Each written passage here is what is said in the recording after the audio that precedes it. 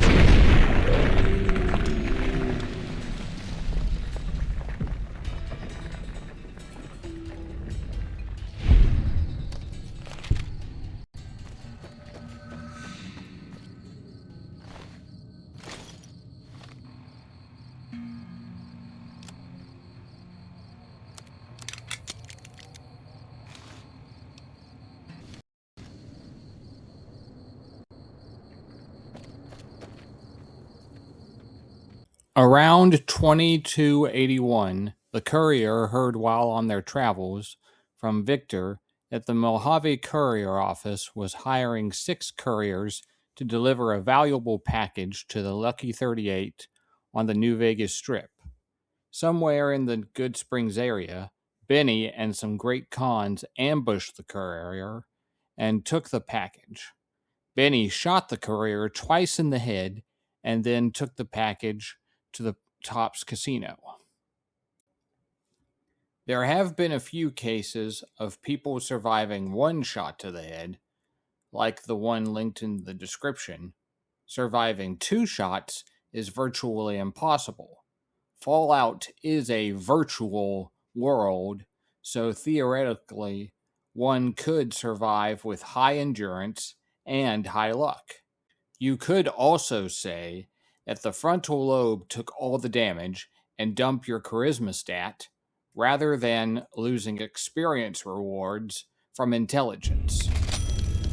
With luck like yours, I'm surprised them bullets didn't just turn right around and climb back into the gun. I'll be covering the decisions the courier can make in the order they are available in-game, rather than the order they are revealed in Season 2. If you have not finished Season 2, turn back now to avoid spoilers. If you just want to hear the in-game explanation for why the NCR has no clue about the destruction of Sadie Sands from Season 1, skip to the timestamp in the description. If you have seen all the episodes and want to hear more, continue and enjoy the show. My kind of town, Chicago is. In the credits of Episode 1 of Fallout Season 2, images are shown of Prim, and if you look closely, you can see Prim Slim in this shot above the names. Prim Slim at your service. Authentic cowpoke and official spokesspot of the Vicky and Vance Casino and Museum. Yeehaw! Problem is, there's still no law in Prim. What are we to do the next time ruffians menace us and hold us hostage? I don't suppose you've decided to help Prim find its next sheriff? What are the qualifications for a sheriff? It should be someone brave like you, but more of a homebody.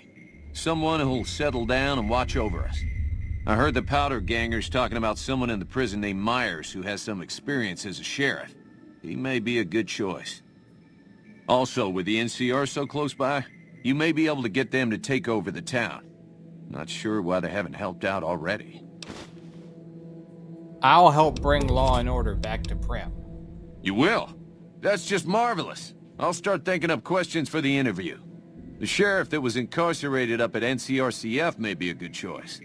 You also may be able to convince that NCR guy across the road to take the town under his wing, although martial law doesn't sound so fun. Though you can see a NCR flag in the Prim images, it is lying against the wall near the Bison Steve Hotel, rather than hanging on a pole like we see in-game. It also appears that the Battle of Hoover Dam spread as far as Prim, and Caesar's Legion attacked the NCR camp and tore down one of their flags. The NCR camp remains at Prim no matter who is chosen to be the new sheriff. Myers is not shown in the images of Prim, so we can safely rule him out. Prim Slim never leaves the casino unless he is reprogrammed, and this image shows him sitting on a roof overlooking the city. So logically, the courier had to have picked him. What about Prim Slim? Could he be sheriff? Well, I guess I never thought of that. I guess he could be sheriff. If you think he could be reprogrammed for it. Law enforcement protocols reinstated, partner. Initializing use of force authorization. Authorization found. Yeehaw! Happy trails, partner. Prim Slim proves to be an able-minded, if not able-bodied, sheriff for Prim. And due to his slow speed, some crooks get away without a scratch. But Prim continues to prosper under his watchful, robotic eye. The best place to find these parts is the Repcon test site, east of Novak, which is where the Courier's next choice takes place. Come fly with me, let's fly away. This is one of my favorite quests in the entire game. I love helping these ghouls escape a wasteland full of people that despises them. Unfortunately, Fallout Season 2, Episode 1 begins in Novak after it has been taken over by a small group of great Khans. We'll learn why the Khans are here later in the video. For right now, the only choice in game that would allow a group of Khans to set up camp 15 years later would be one that empties the town, leaving no one to oppose them. This happens if the Courier fails to complete the quest. So it is safe to guess that the Courier took the parts they needed and ran from the super mutants all the way back to Prim. Then they came back to Novak, snuck into Manny's room, and took the info about Benny's con friends from Manny's computer. This leaves the town of Novak to be attacked by feral ghouls shortly after the Battle of Hoover Dam. Though Novak was a low-priority target for the Legion, many of Novak's citizens died in its defense.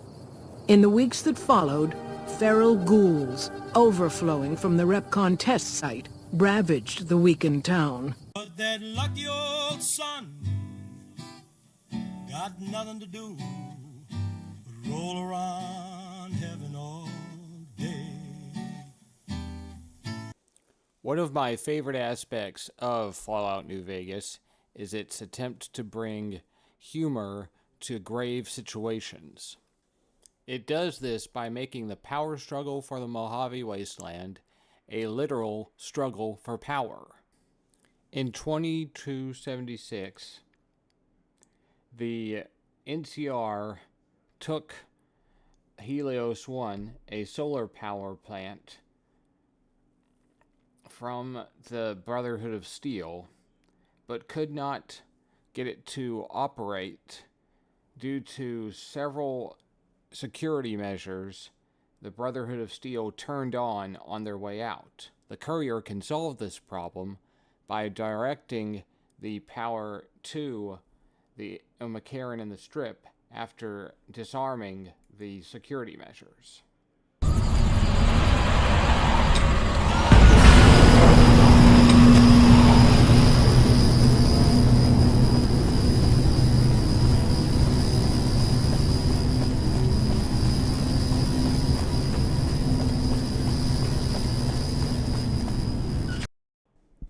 Before we move on to the most fun part of this build that I had, the weapons, I need to address a disappointment and a misunderstanding.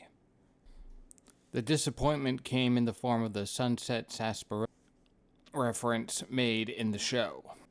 We, the fans, were disappointed when we saw the bottle cap company, but did not see its main star, Festus, from the Sunset Star bottle cap search. But if one looked closely at the plot from the scene being recorded and had played the Crimson Caravan quests, you would know that the scene was not inspired by the Blue Star or bottle cap search, but rather by pressing matters given to us by Alice McLafferty. It had one objective: to disable a bottle cap maker that was used to produce fake bottle caps. Once that was disabled, the quest was over, and the show had Welcome back. and nothing more to do with the Sunset and Sarsaparilla bottle caps. Good. I'm sure you were thorough. Here's your payment for a job well done.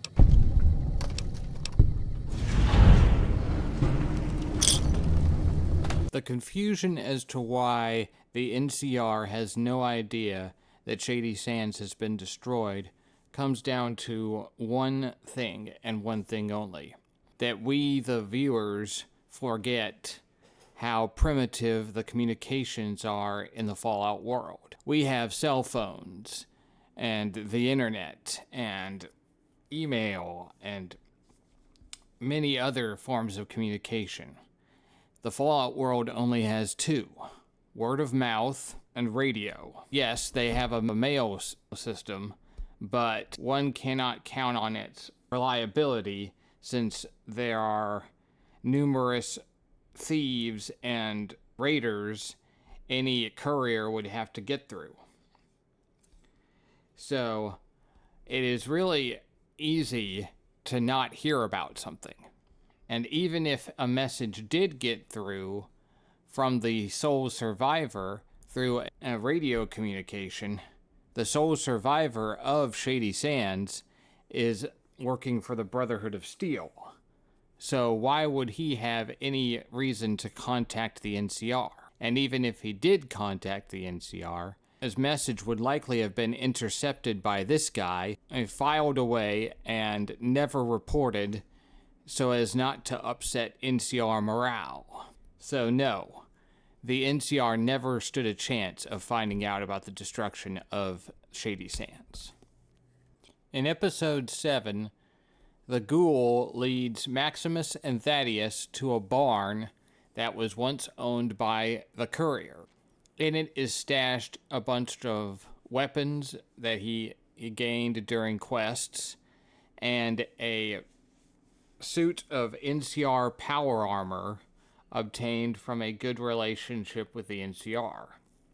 That can be gotten in-game by simply doing so many NCR quests that a soldier approaches you and gives you a key to the Ranger safe house. In it, you will find the suit and the Ranger helmet that you will use instead of the power armor helmet. One of the quests you can do for the NCR will get you Thaddeus's M1 Garand you see in that scene. It's called Dealing with Contreras. Are you implying I have some kind of secret under-the-table stash I only offer to certain clients? Because that could get a man in trouble. Shit, is he serious? The 25% increase in weapons is doable, but a 50% increase in ammunition is nuts. Just don't have the supplies on hand to meet that kind of demand for new weapons. I don't know how he thought he could get away with that. All right, thanks for telling me. I'm gonna have him rounded up. Pretty impressive work there. Wish I could keep you around.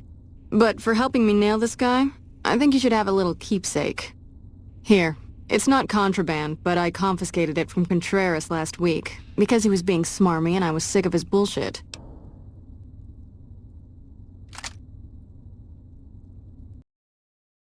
Once you turn him in for that, you will be awarded with an M1 Garand, affectionately titled This Machine, after Woody Guthrie's guitar that said, "This machine kills communists." They did the wang gang, taffy apple tango. In episode 5, the chicken lover hooks up with a protectron named Fisto outside a bar meant to remind players of the Atomic Wrangler. The courier has to deliver Fisto to that bar in the quest Wang Dang Atomic Tango, whose title spoofs the Pat Boone song. The quest is 3 flavors of disgusting because James Garrett hires the Courier to recruit 3 prostitutes, including Fisto.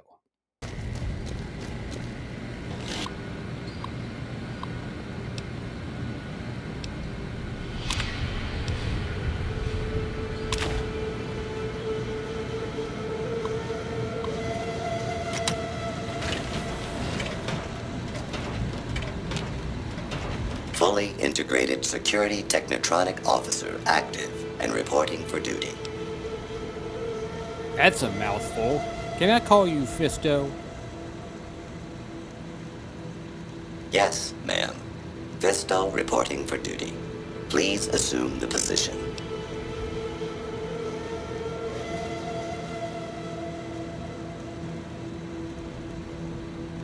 No sense in delivering a broken package.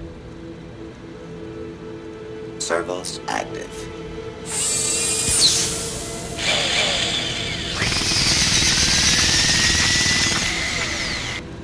Operation complete. Thank you for your business. I can't feel my legs.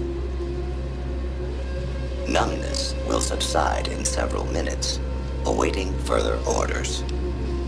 To the Atomic Wrangler with you. James Garrett's your boss. Yes, ma'am.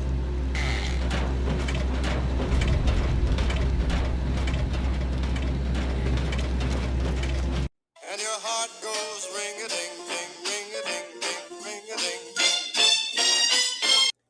For the main story quest, the Courier chose who was best to govern the Mojave Wasteland by deciding who gets the army of Securitrons at the Battle of Hoover Dam. Your choices are an autocrat named Mr. House, the Democratic NCR, the fascist Kaiser's Legion,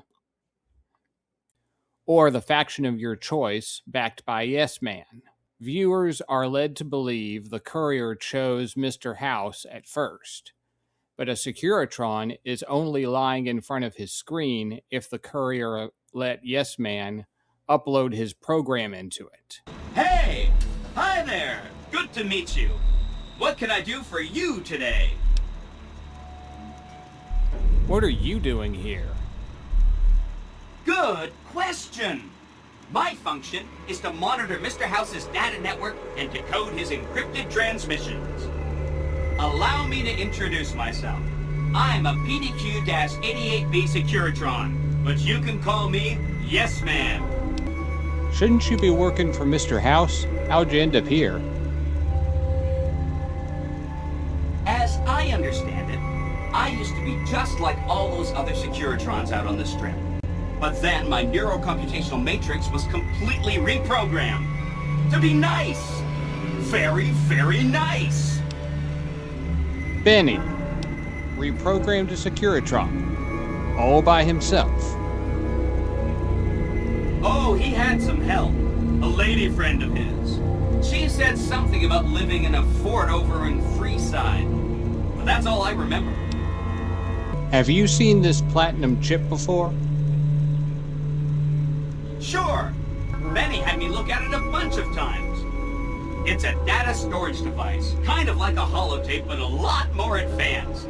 As for what's on it, well, some of Mr. House's data transmissions made it sound like the chip could upgrade his defenses somehow. That's just a guess, though. The chip's a proprietary format.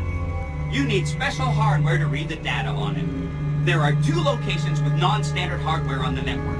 The Lucky 38 and an underground facility at Fortification Hill. I'd look there! What was Benny going to do with it? Oh, he wanted to kill Mr. House and use the Platinum chip to copy my neurocomputational matrix onto the Lucky 38's mainframe. That would give me control over all of Mr. House's defenses, most prominently his Securitrons. And then I guess I just do as I'm told. In the finale, Mr. House says his body became a target for people with something to prove. I've been poisoned, shot at, and bludgeoned with a crowbar. There are no crowbars in game, but you can swing a golf club at Mr. House for a BioShock reference. You cannot poison him, but you can shoot him. The end credits image shows a bullet hole in Mr. House's tube, so that's what I chose.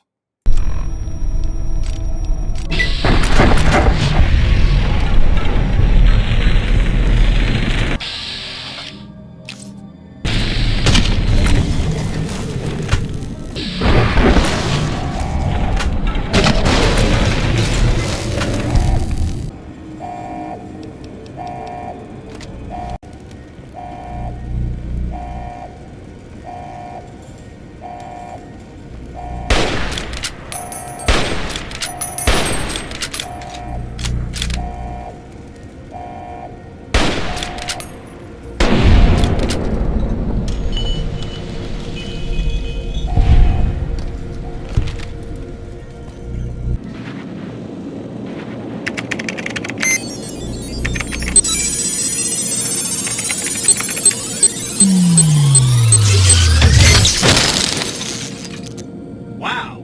Mr. House had quite a setup here. I can access his databanks and view telemetry on every Securitron on the network.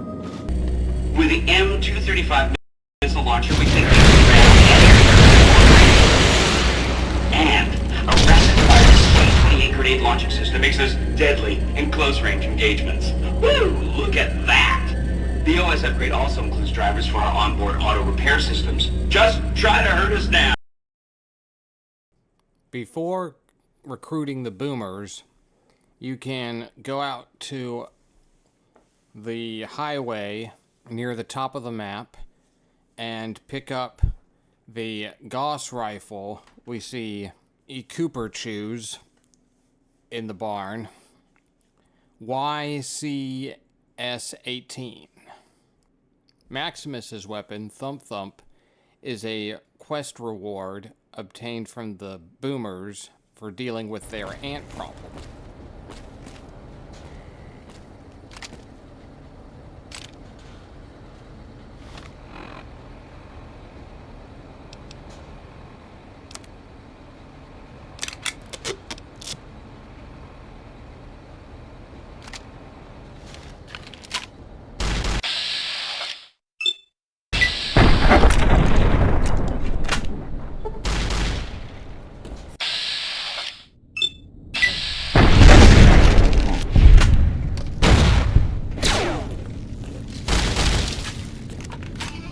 Though the wasteland became anarchic after Hoover Dam, the boomers' display of power dissuaded fortune seekers from attempting to penetrate Nellis.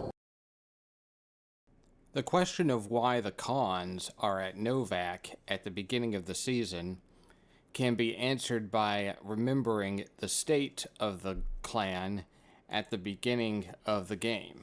They are essentially divided into two groups, the warriors and the drug runners.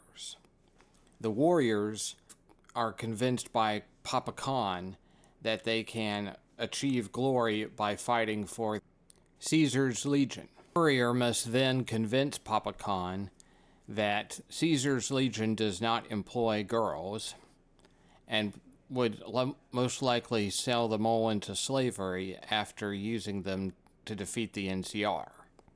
However, there is a different route that even more explains things. We see no evidence that the warriors of the Great Khans even exist after the Battle of Hoover Dam, which means the drug runners were likely the ones we see in Novak at the beginning of the season. And since the only mention of Khan country leads us to a Fallout 1 reference, not a Fallout New Vegas reference, it is more likely that the Khans were destroyed during the Battle of Hoover Dam, leaving over only the drug runners to take over Novak. The most interesting way to do this is to complete the We Are Legion quest by killing all the NCR leaders at Camp Forlorn Hope and gaining Papa Khan's favor, or making the Courier the heir to the throne. If you're so eager to see Camp Forlorn Hope fall, why don't you go attack it all by yourself? Well,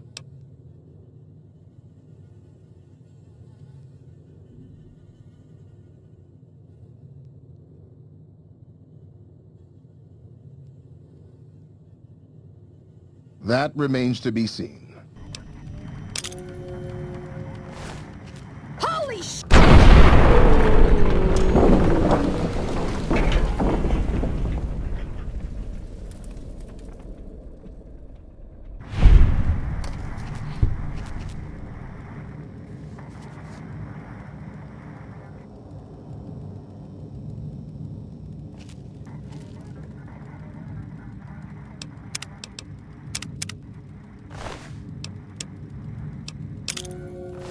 Look out!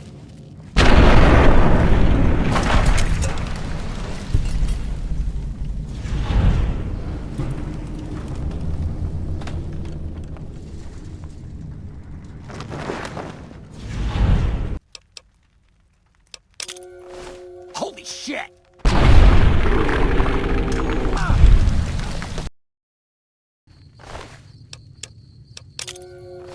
Holy shit!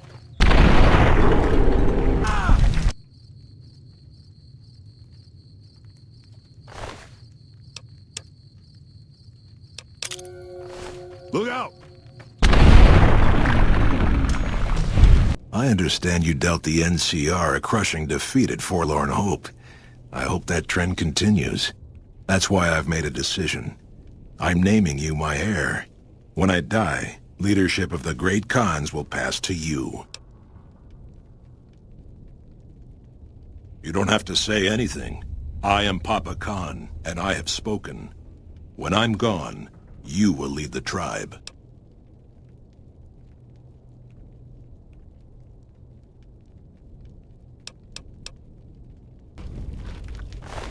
After Papa Khan is dealt with, Look out!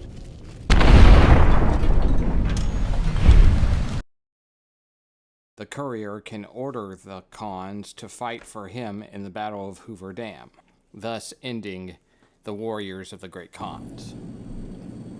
Ooh, sounds dramatic. I like it. Wind them up and let them go. No more Khans. That's great. They're just bad people. After their suicidal last stand at Hoover Dam, the Great Khans ceased to exist as a tribe. The few surviving members dispersed, joining up with other tribes and gangs across the Mojave, and quickly forgot their heritage. The general absence of all super mutants, except for the one that saved Cooper from dying, points to the Courier never having visited Jacobstown and helping the Nightkin heal their With no insanity. cure for the Nightkin schizophrenia in sight, the disgruntled Nightkin left Jacobstown. Without a treatment, their insanity grew.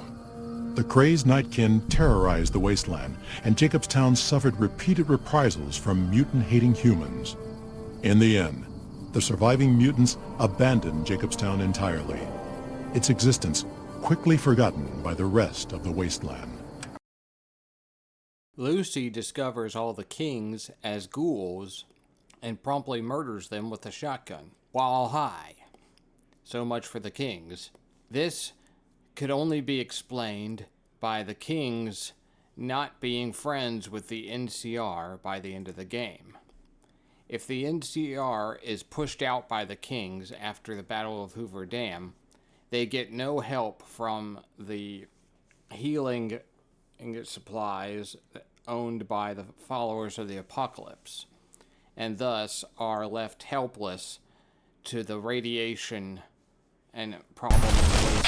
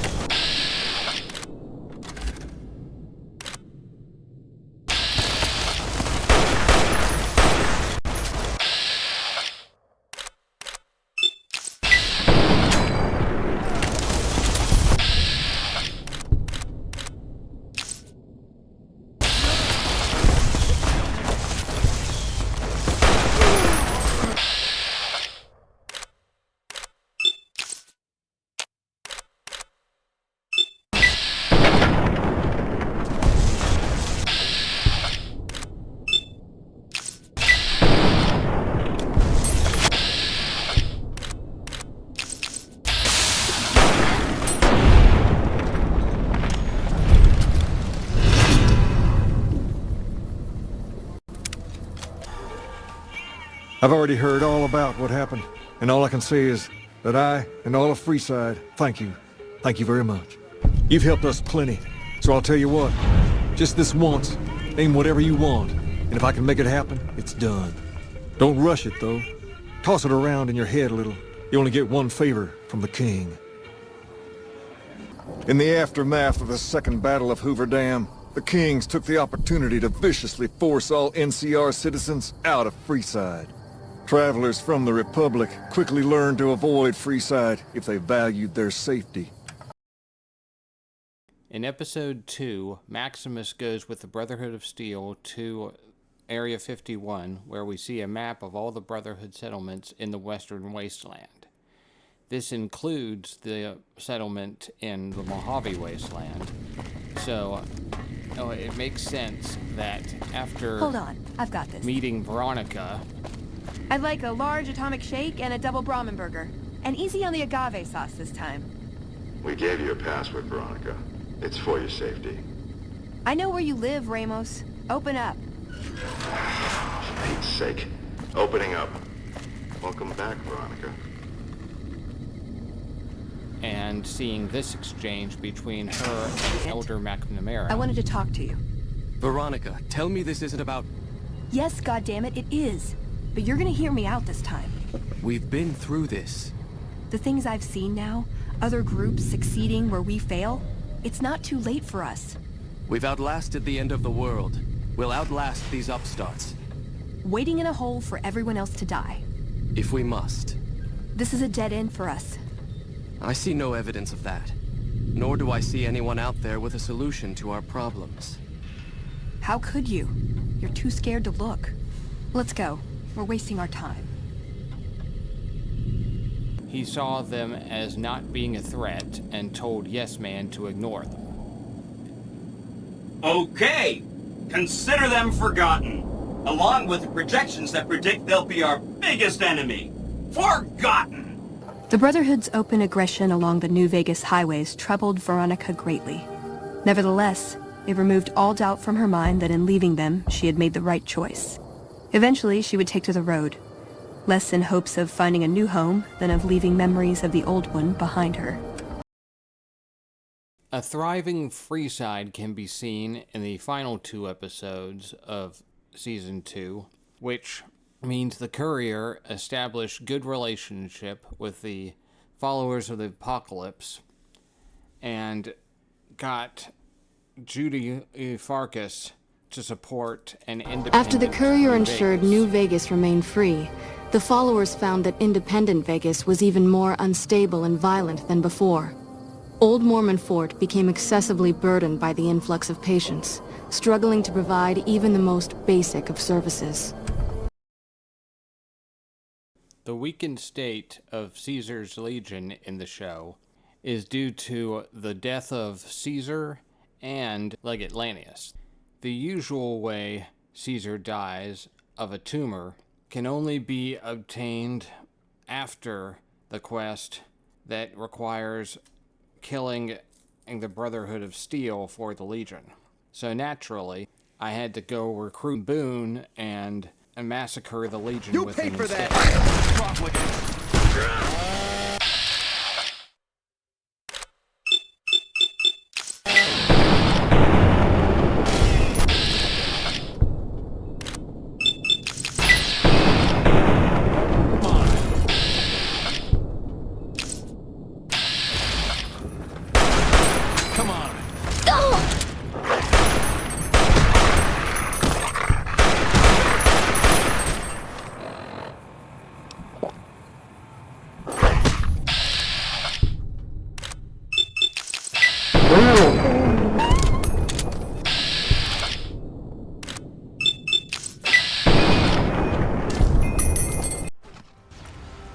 Then a happily killed during the Battle of Hoover Dam. The weak must die.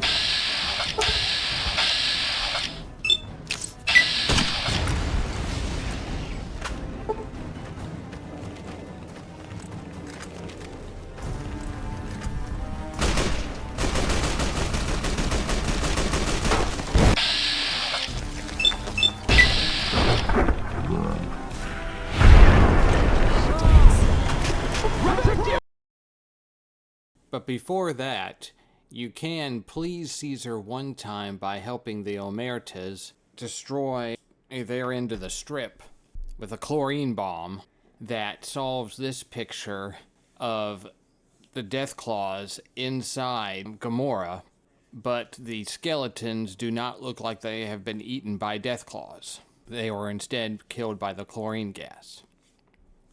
Then you can disappoint Caesar by leading the charge in the ultimate destruction of the White Glove.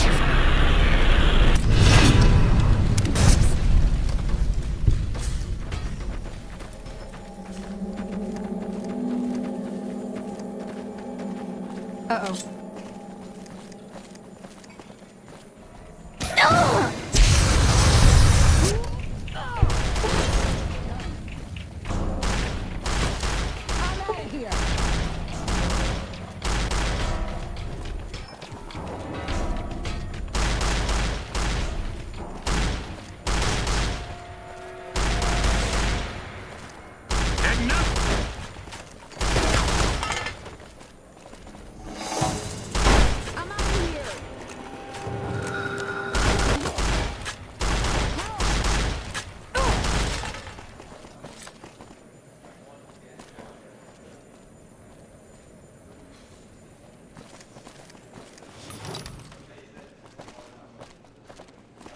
You watch yourself around Mr. Gunderson. Oh my God. Ted, are you all right? Quit your hollering. I'm fine. Listen, Pa, we gotta go after the white shoes, or whatever they're called. They're the ones responsible.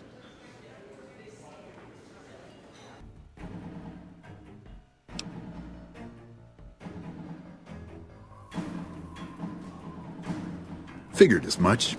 Come on, you sons of bitches, we're ready.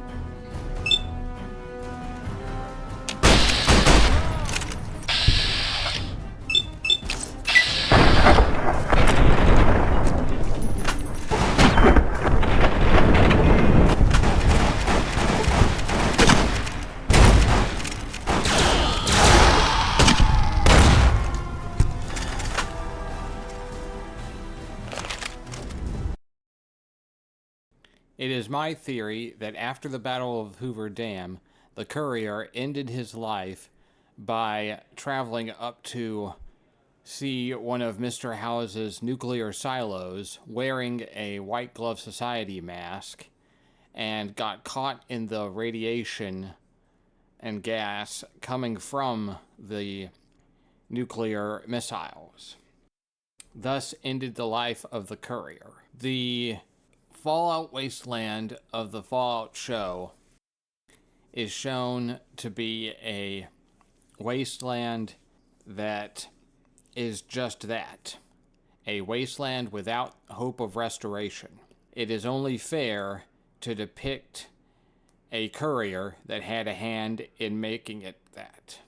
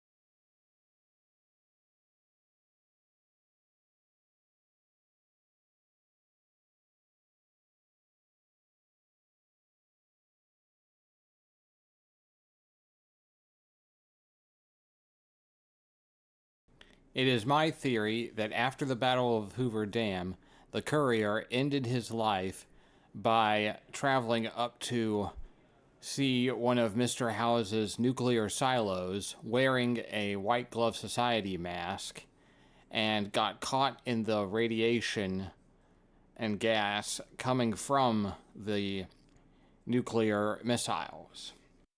Thus ended the life of the Courier. The Fallout wasteland of the Fallout show is shown to be a wasteland that is just that, a wasteland without hope of restoration.